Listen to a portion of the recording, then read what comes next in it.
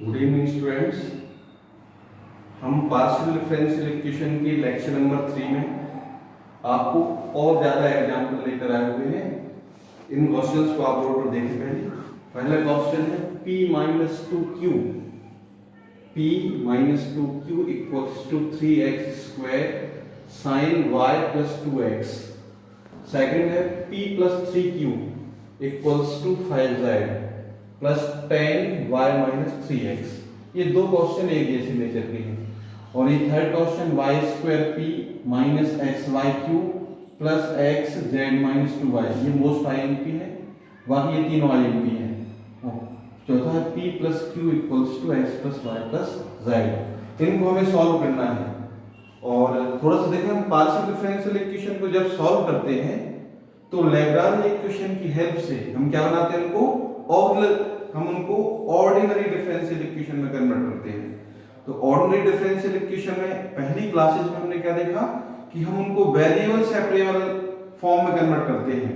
Order 1 and degree 1 में variable कैसे separate किए जाते हैं, तो उसके डिफरेंट तरीके हम यहाँ पर देखेंगे।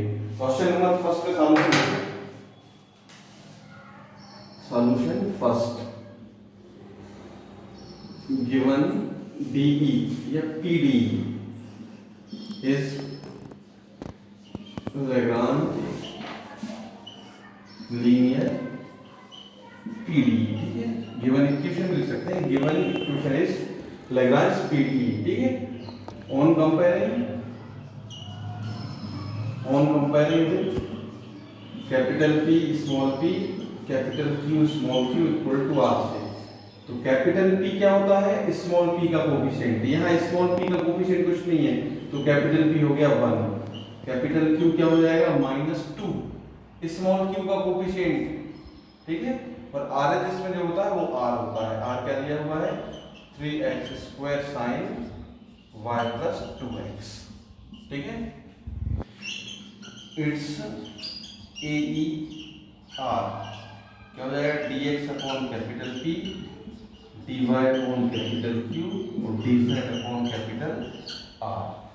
तो dx अपॉन कैपिटल P क्या होगा? 1, dy अपॉन कैपिटल Q हो जाएगा -2 और dz अपॉन हो जाएगा 3x square sine y plus 2x। ये गिवन डिफरेंशियल इक्वेशन है ना, किसके फॉर्म में था? स्मॉल p स्मॉल q, जिनका मतलब है पार्शियल डेरिवेटिव। p का मतलब है del z upon del x, q का मतलब है del z upon del y। अब इसको हमने किसमें कन्वर्ट किया? ऑर्डिनरी डिफरेंशियल इक्वेशन में। अब इसके फर्स्ट टू फ्रैक्शन से तो कोई समस्या नहीं, आसानी से निकल आएगा। मतलब हमें इसमें वो फ्रैक्शन चूज करना पड़ते हैं कि हम इंटीग्रेट कर सकें वेरिएबल सेपरेट करके। पहली क्लास में कही होती है।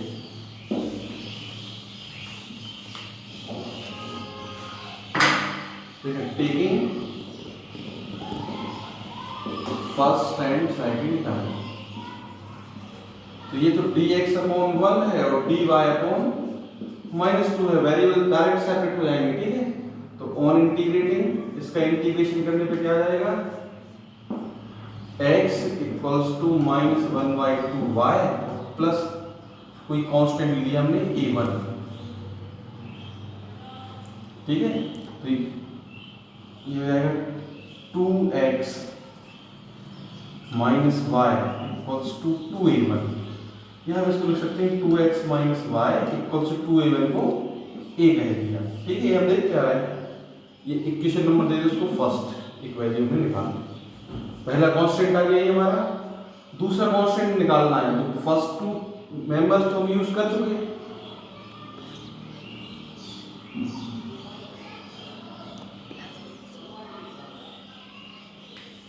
ये प्लस हो जाएगा 2x plus Y equal to 8। ठीक है, देखो ये फर्स्ट टू फ्रैक्शन हम यूज कर चुके हैं, थर्ड को हमें लेना ही है, चाहे हम सेकंड के साथ ले लें या फर्स्ट के साथ ले लें। तो फर्स्ट के साथ ले लें, taking first and third term है ना, ये हो जाएगा dx अपॉन 1 और ये है dz upon 3x² sin y plus 2x। अब देखो वेरिएबल सेपरेट नहीं हो सकते हैं, हम इस पूरे को यहाँ लेके आएंगे तो dx के साथ y भी पहुंच जाएगा, और नहीं लेके जा रहे हैं तो dz के साथ भी y है और x है, तो इंटीग्रेशन तो पॉसिबल इसका है नहीं, तो हम इक्वेशन फर्स्ट का इस्तेमाल कर सकते हैं इसके लिए। ठीक है, तो इसको लिख सकते हैं हम dx इक्वल टू dz और 3x² साइन, और इक्वेशन फर्स्ट में देखें 2x प्लस y की वैल्यू है a, तो ये हो जाएगा साइन a फ्रॉम फर्स्ट। अब वेरिएबल सेपरेट करते हैं, 3 sine a x² dx equal to dz, और इसको इंटीग्रेट करते हैं। ठीक है, तो 3 साइन a कांस्टेंट है, इंटीग्रेशन ऑफ केवल x² का हो जाएगा, इंटीग्रेशन ऑफ dz, तो 3 साइन a x² हो जाएगा x³ 3, और ये जाएगा z dz का, और प्लस एक कांस्टेंट भी आ गया, 3 से 3 कैंसिल, ये हो जाएगा sine a into x³ minus z, इसको यहाँ ले आए, हमें b की वैल्यू निकालना थी, तो ये आ गई। अब चूंकि a क्या था, इक्वेशन फर्स्ट से हमने लिया था साइन a की वैल्यू है 2x plus y, sine 2x plus y into x³ minus z equal to v, ये दूसरा कांस्टेंट आ गया हमारा। ठीक है, ये दोनों कांस्टेंट हम निकालना पड़ते हैं, hence general solution, hence general solution क्या जाएगा, 5 पहला कांस्टेंट आ रहा है 2x प्लस y, तो सेकंड आ रहा है sign 2x plus y into x³, ये इतना एंगल हो गया साइन x इंटू ये अलग है into x³ minus z equal to v equal to 0 आ गया। ठीक है, ये आंसर है। अब देखो इसका सेकंड क्वेश्चन बिल्कुल वैसा ही है जैसे हम कर चुके हैं, आपको इसी तरीके से करना है। अब थर्ड क्वेश्चन मोस्ट आईएमपी इसका, इसमें वेरिएबल सेपरेट नहीं होंगे, ना ही हम वैल्यू निकाल पाएंगे। ठीक है, तो थर्ड का देखा सॉल्यूशन,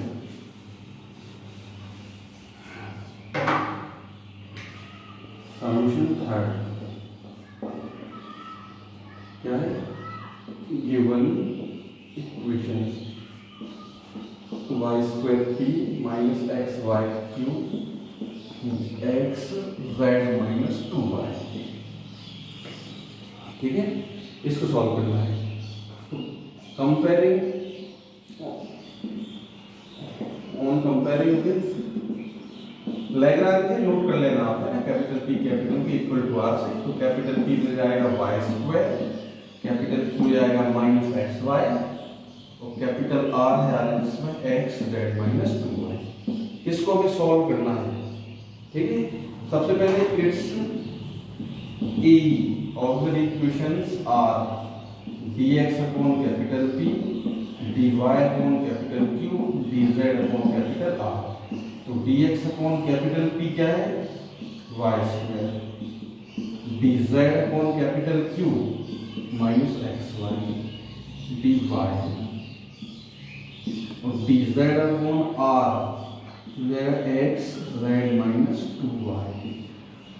ठीक है, ये थोड़ा सा अच्छा क्वेश्चन है, अभी तक जितने भी क्वेश्चन किए हैं, क्योंकि आसानी से कांस्टेंट नहीं निकाल पाएंगे इसमें हम।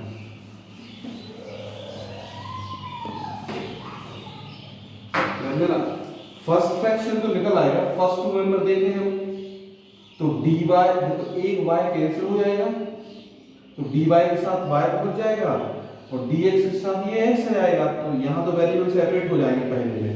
तो taking first time second term,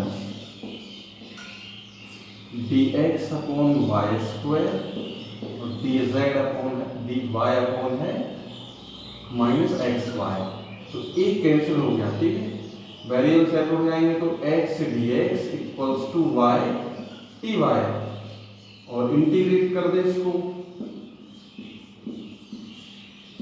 यहाँ माइनस आ जाएगा, ठीक है, minus y d y, integration हो जाएगा x square by two minus Y square by two plus a1, तो ये हो जाएगा x square plus Y square equals to 2a1, तो x square plus Y square equal to a, ये हमारा पहला कांस्टेंट आ गया, ठीक है।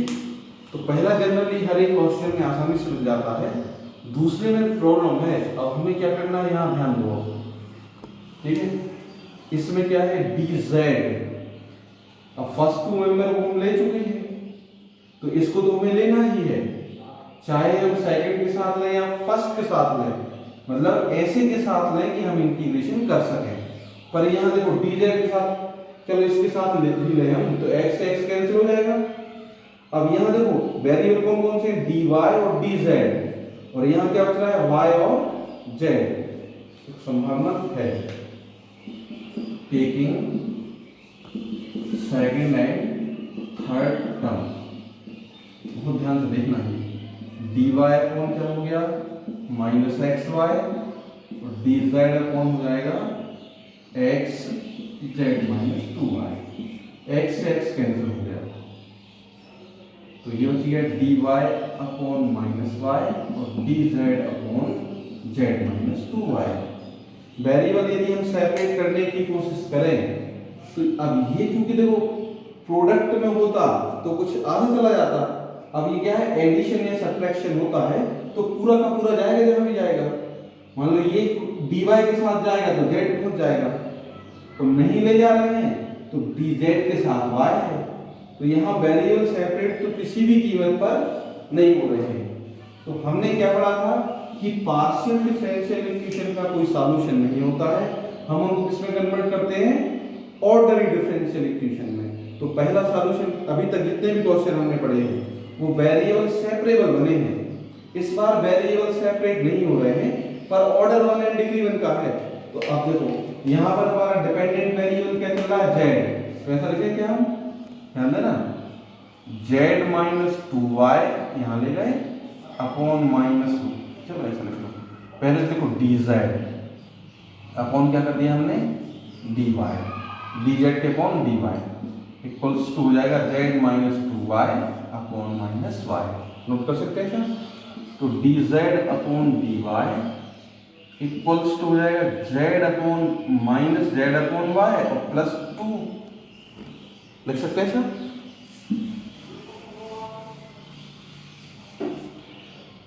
तो dz अपॉन dy माइनस से प्लस हो जाएगा z upon y equals to 2, ये लीनियर इक्वेशन में कन्वर्ट हो गया। आपने पढ़ा है 12th में और अभी भी पढ़ा है first unit ordinary differential equation में, ये लीनियर किस फॉर्म का होता है, आपने ये पढ़ा है, dy by dx plus capital py equal to q, ठीक है। इसका कंप्लीट सॉल्यूशन होता है y into I F equal to integration of q into I F dx plus p, ये पढ़ा है आपने, जहां पे आई एफ का मीनिंग क्या होता है, e to the power integration of p dx, ये लीनियर इक्वेशन आप जानते हो, लेकिन ये कब होता है, ऑर्डर 1 एंड डिग्री 1 में लीनियर, ठीक है। आपने ये पढ़ा हुआ है, 12th में भी पढ़ा है और M2 में भी पढ़ा हुआ है, क्लासेस में जब क्लास ली है तो यहाँ से अब ये, लेकिन ध्यान ये देना है कि किसमें y डिपेंडेंट है और x इंडिपेंडेंट है, इसलिए y की वैल्यू आ रही है वो किसके फॉर्म में आ रही है, x की, ठीक है। अब यहाँ पर क्या प्रॉब्लम है, यहाँ z डिपेंडेंट वेरिएबल है, किसकी वैल्यू आएगी, z की, z इंटू आई एफ, वो किसके फॉर्म में आएगा, वो y की, क्योंकि y इंडिपेंडेंट वेरिएबल है। तो इसको सॉल्व करना है तो वेरिएबल सेपरेबल नहीं बनाइए, कौन सा बन गया, लीनियर, तो इट्स आई एफ निकालना पड़ेगा सबसे पहले, e to the power integration of क्या होता है 1 अपॉन y dy हो जाएगा, है ना, इसका कोएफिशिएंट कंपैरिजन कर लेना वहां से, e to the power 1 upon y का इंटीग्रेशन हो जाएगा log y, तो e टू द पावर केवल y बन गया आई एफ, ठीक है। इट्स सॉल्यूशन मतलब इस इक्वेशन के सॉल्यूशन की बात कर रहे हैं, इट्स सॉल्यूशन क्या हो जाएगा, z डिपेंडेंट है, z into I F equal to integration of Q R जिसमें जो भी है Q into I F D Y plus C. तो जेड इंटू आई एफ क्या निकाला आपने वाई, क्यू ये आरएचएस वाला क्यू है ध्यान रखना, नहीं तो आप शुरुआत में कंपैरिजन वाला क्यू लिख लें। अब हम इसको सॉल्व कर रहे हैं इसलिए इसके लिए ये फार्मूले हैं। तो क्यू की वैल्यू है 2, आई एफ क्या निकाला आपने वाई डी वाई प्लस सी ना, लेकिन हम बी ले लेंगे क्योंकि हम एक दूसरा कांस्टेंट निकाल रहे हैं इससे, प्लस बी ले लिया। तो जेड वाई की वैल्यू इसको इंटीग्रेट कर दें तो 2y square by 2 plus b, 2 से 2 कैंसिल, ये आ जाएगा Z Y minus Y square equal to v। ये सेकंड कांस्टेंट आ गया, ठीक है। Hence general solution, hence general solution 5, पहला कांस्टेंट आ रहा था x square plus Y square, और सेकंड आ गया है Z Y minus Y square equal to 0। ये आंसर आ गया इसका, ठीक है। अब आपको थोड़ा सा इस बात पर विशेष तौर पर ध्यान देना है कि हम जब वेरिएबल सेपरेट करें तो कभी कभी वेरिएबल सेपरेट नहीं हो पाता है, तो वो लीनियर इक्वेशन में भी कन्वर्ट हो सकता है। केवल वेरिएबल सेपरेबल में जरूरी नहीं है कि वो हो सके, क्योंकि यहाँ तो वैल्यू भी पुट करने से भी नहीं काम चल रहा था, ठीक है। अब हमें क्या काम करना है, अब हम नेक्स्ट क्लासेस में ऐसे इक्वेशन पढ़ेंगे जिसमें किसी भी प्रकार से सॉल्यूशन नहीं निकलेगा, तो वहां मल्टीप्लायर्स मेथड अप्लाई होगी, ठीक है। नेक्स्ट क्लास से आप लोग सीरियसली पूरे क्वेश्चन पढ़ेंगे, और आपको जो होमवर्क दिया हुआ है, जो क्वेश्चन दिए हुए हैं, आपको उनको सॉल्व करके भेजना ही है। ध्यान रखना, बाद में ये सब चेक होगा, ठीक है।